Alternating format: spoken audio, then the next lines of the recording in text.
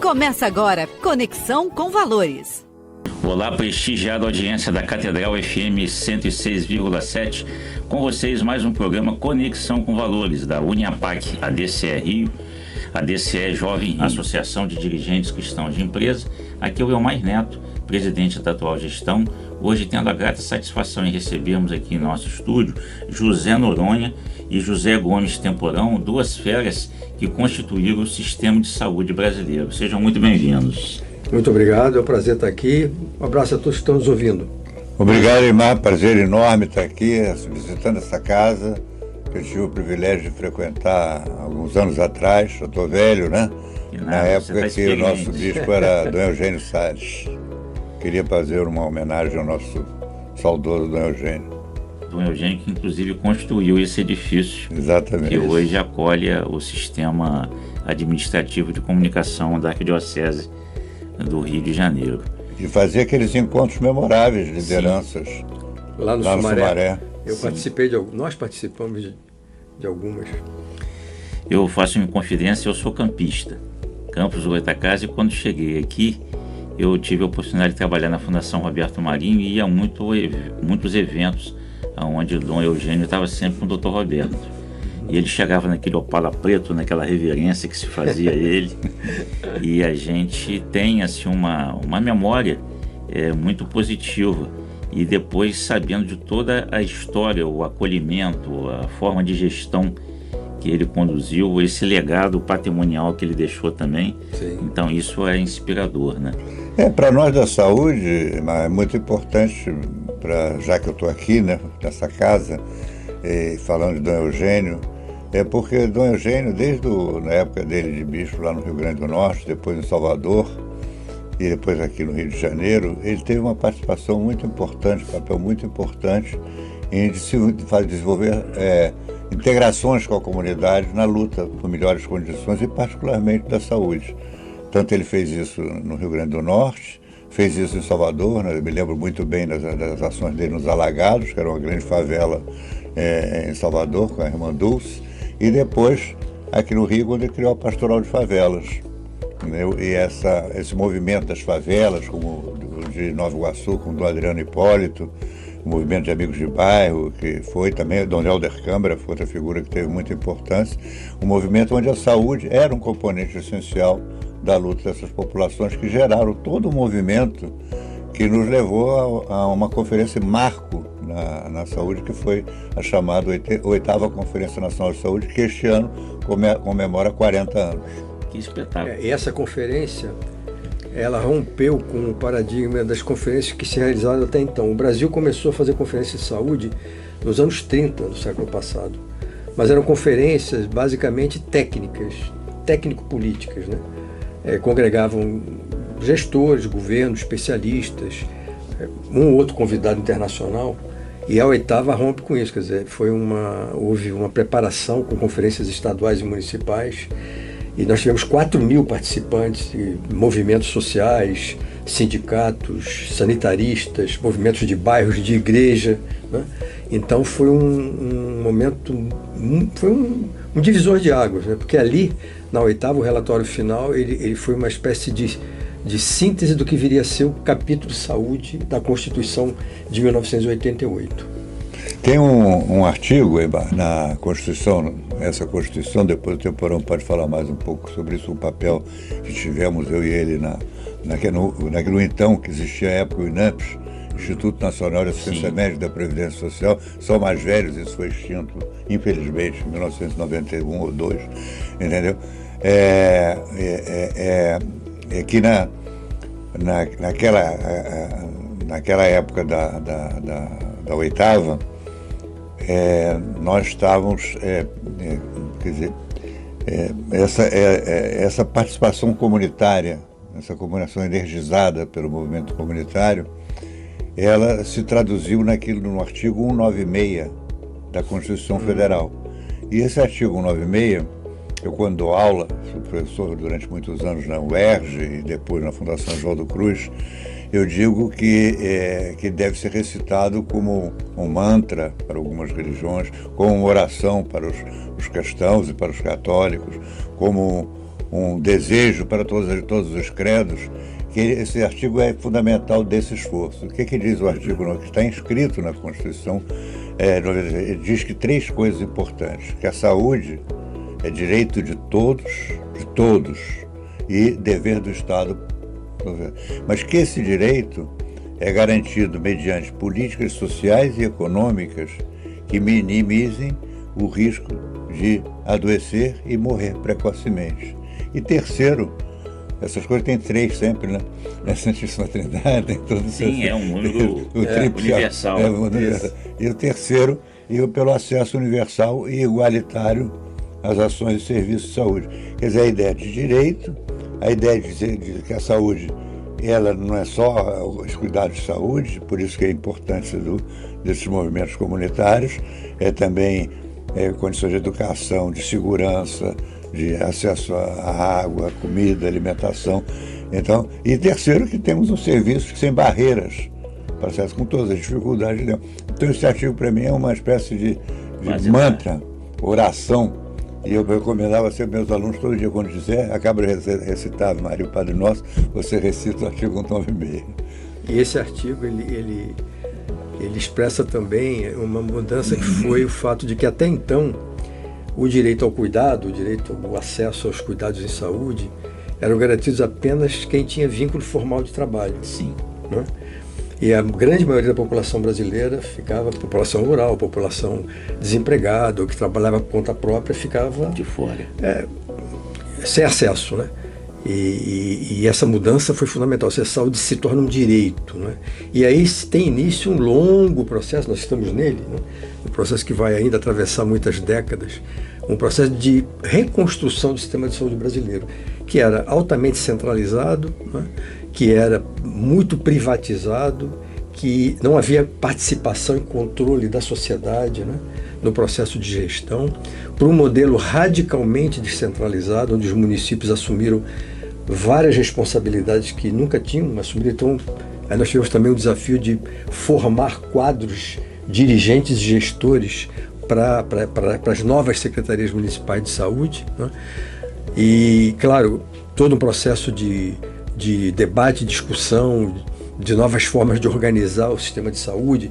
A saúde da família começa a ser implantada e implementada, começando pelos agentes comunitários, e hoje nós já temos 50 mil equipes em todo o Brasil, com médicos, enfermeiros, odontólogos. Quer dizer, o sistema se complexificou muito, mas evidentemente, considerando que o Brasil é um país muito heterogêneo, com muitas desigualdades estruturais, né, a saúde sempre se colocou como uma área crítica em termos de qualidade, de acesso, de segurança. Duas inovações importantes que eu queria destacar também, né? Nós criamos em todo o Brasil os conselhos municipais de saúde, onde gestores e a sociedade discutem e acompanham e monitoram e fiscalizam, né, o desenvolvimento das políticas de saúde. Então, em cada município brasileiro hoje nós temos um Conselho Municipal de Saúde, em cada estado nós temos o Conselho Estadual de Saúde e nós temos o Conselho Nacional de Saúde vinculado ao Ministério da Saúde em Brasília. E a cada 4 anos nós temos um processo de realização das conferências municipais, estaduais e Conferência Nacional, que esse ano vai ser a 18ª conferência que vai acontecer em Brasília no 2º semestre.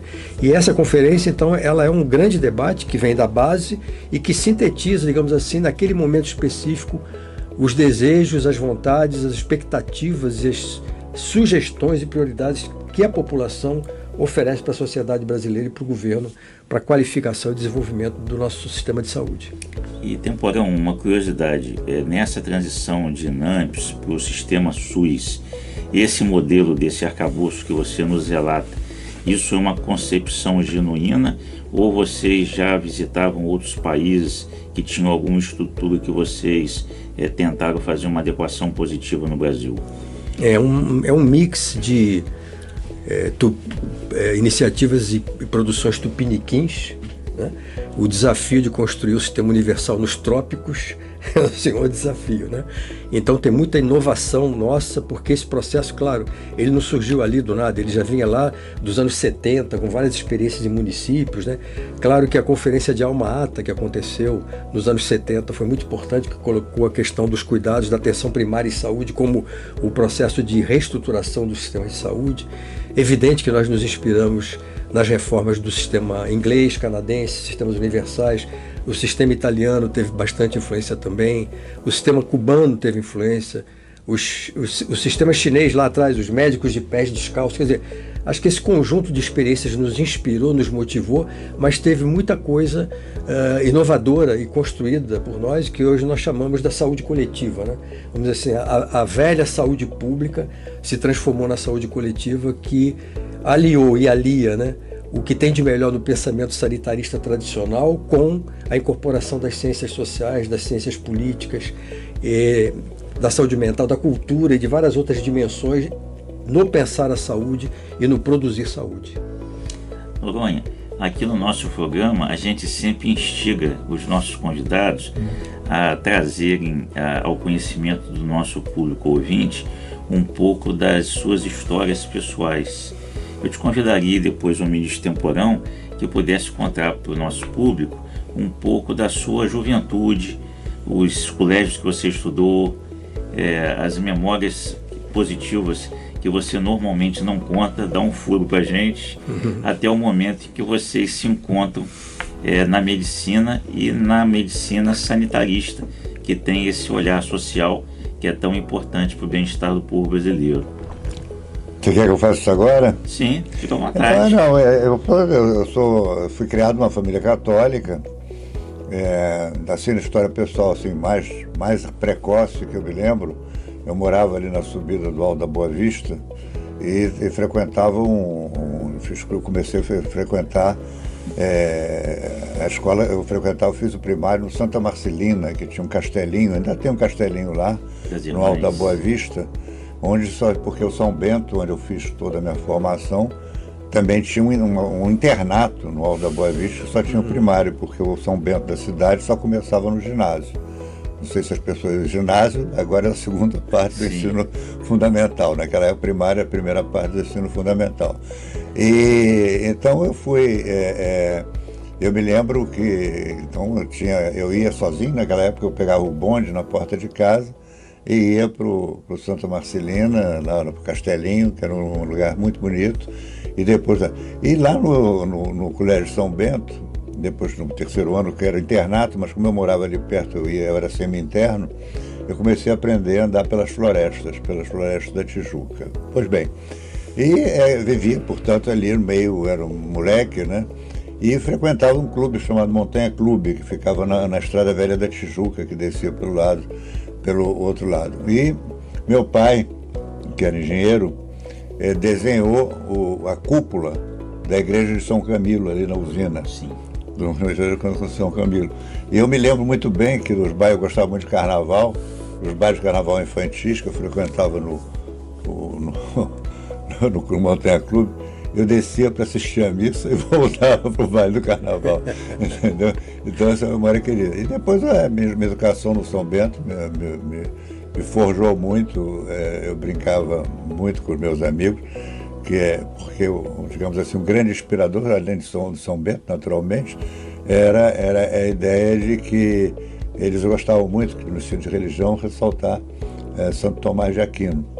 Quer dizer, que era a conquista da fé também pela razão, a possibilidade de você ter fé pela razão. E eu fui aprendendo o compromisso social que meu pai trazia, minha mãe trazia, meu pai era piauiense, minha mãe maranhense. E essa ideia de compromisso social, particularmente meu pai, tinha uma vocação muito forte, me levou digamos, a militar no movimento estudantil. Eu não fui da Ação Popular, que era a organização católica, mas militar no movimento estudantil, e ali já começou essas preocupações de construir um Brasil mais justo, mais soberano, mais autônomo, com mais justiça social, menos desigual.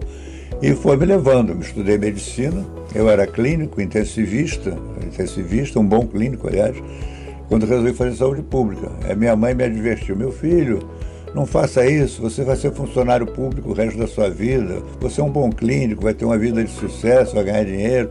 Eu digo: minha mãe, é questão de vocação, não faça isso e tal.